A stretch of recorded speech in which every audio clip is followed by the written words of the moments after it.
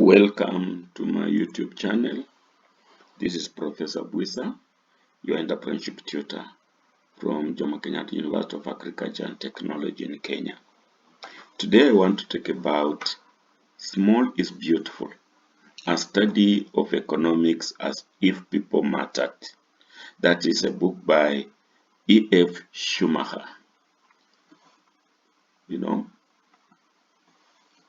In the year 1966, Dr. E.F. Schumacher founded the Intermediate Technology Development Group, the ITDG, which called for appropriate or intermediate technology as an alternative path for development for poorer people. His book, Small is Beautiful, was published in 1973 and carries his ideas. I here bring you his famous 6 sentences poetic message. We are told that President Nehru of India called E.F. Schumacher to India in the 1960s because India's population was exploding and people were getting poor and poorer, and he wanted a solution, an economic solution. So E.F. Schumacher studied the economy or economic activities in India and decided that there are extremely poor people and extremely rich people, and there is a missing middle. This he put it in terms of technology. There are people who are using very primitive, what is sometimes called backward technology, and there are people who are using advanced technology. You can see illustrating this by on the farm. This is a hoe, a djembe, a hoe, and this is a tractor. And the extreme poor are using the hoe, the very rich are using the tractor. But how about the middle ones? That will be now like an intermediate or appropriate technology, something in between the traditional technology and advanced technology. So this is how we gained, or how the word intermediate technology, which he called appropriate, was born. Now, his first sentence of his poetic message was, if you want to go places, start from where you are. Yes, it is like the Chinese saying, a journey of 1,000 miles begins with a single step. That yes, you have to start with something. You have to start from where you are if you want to go places. Look, this is an example in Kenya. From 1994, there's this gentleman called Sylvester Kibe. You can capture him on this YouTube on Churchill Show. He started in 1994 roasting maize. He was roasting maize and saving. Through to 2004, he bought a minibus, which he called Mei. Mei means maize, the slang for maize. Yes, watch this YouTube link and you'll see Churchill interviewing him. It's an example of, if you want to go places, start from where you are. He wanted to go places, he started from where he was actually roasting. Indeed, not even roasting. He came from the roasting to be employed to roast. Then from being an employed roastman, he transited to his roasting his own maize and grew.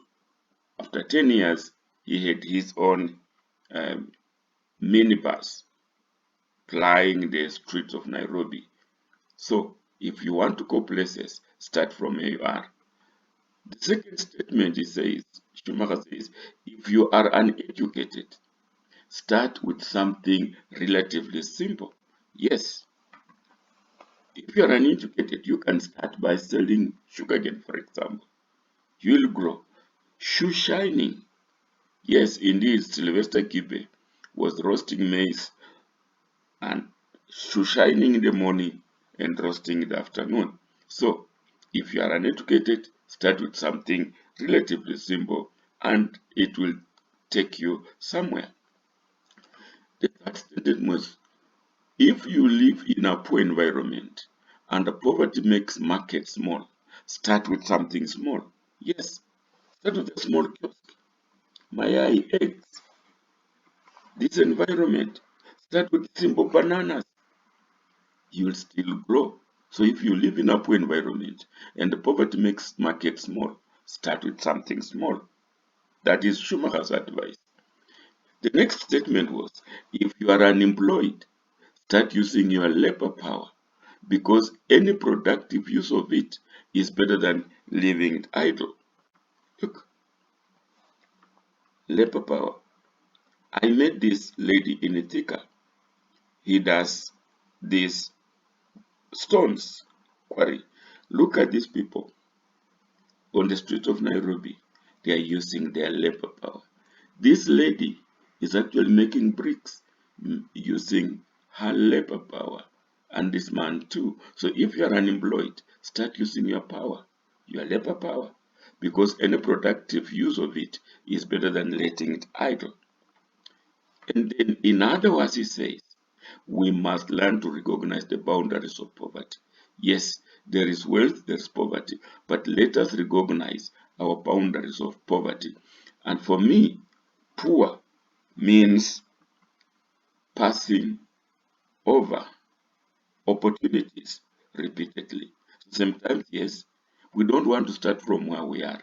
We want to get a lot of money and start from ahead of where we are. And we leave that opportunity pass. You see, we have no education, but we have the labor. We don't want to start with the labor, so we leave that opportunity pass. So a lot of our poverty is because we're passing over opportunities repeatedly. And there's this difference between rich dad and the poor dad, as I captured on the net. Rich dad buys income producing assets. The most important goal is to learn about money and how it can work for you. Knows how to sell, takes calculated risks, says things like, how can I afford that? That's rich dad mentality. And the mentality of poor dad buys liabilities. Yes, I have seen young people rather, graduates. As soon as they graduate and get a job, they buy a car instead of probably buying a house. So you buy liabilities. Studying hard and getting good grades is the only way to get a good job. Yes, we have taught our pupils, our children, to think that studying hard and getting good grades is the only way to get a good job. That means we're not even looking at self-employment. That is called poor dad. Yes, you can study hard, get grades, and miss employment or a wage employment. So think of the two. Should you miss wage employment? Can you go into self-employment? Poor dad doesn't know how to sell. Selling is a technique. Plays it safe and avoids risks. Yes, if you don't risk, you'll not get anywhere. Says things like, I can't afford that. So, in other words, we must learn to recognize the boundaries of poverty.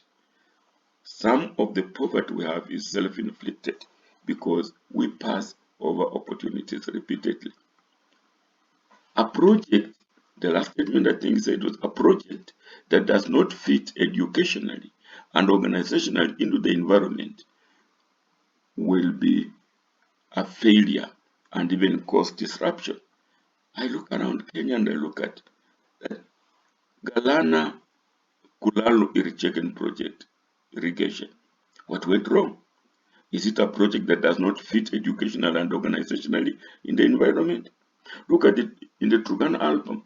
ruins of the failed Kalogoi NORAD fishing industry.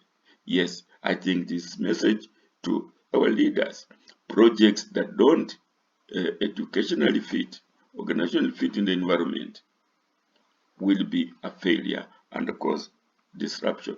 That is what E.F. Schumacher tells us.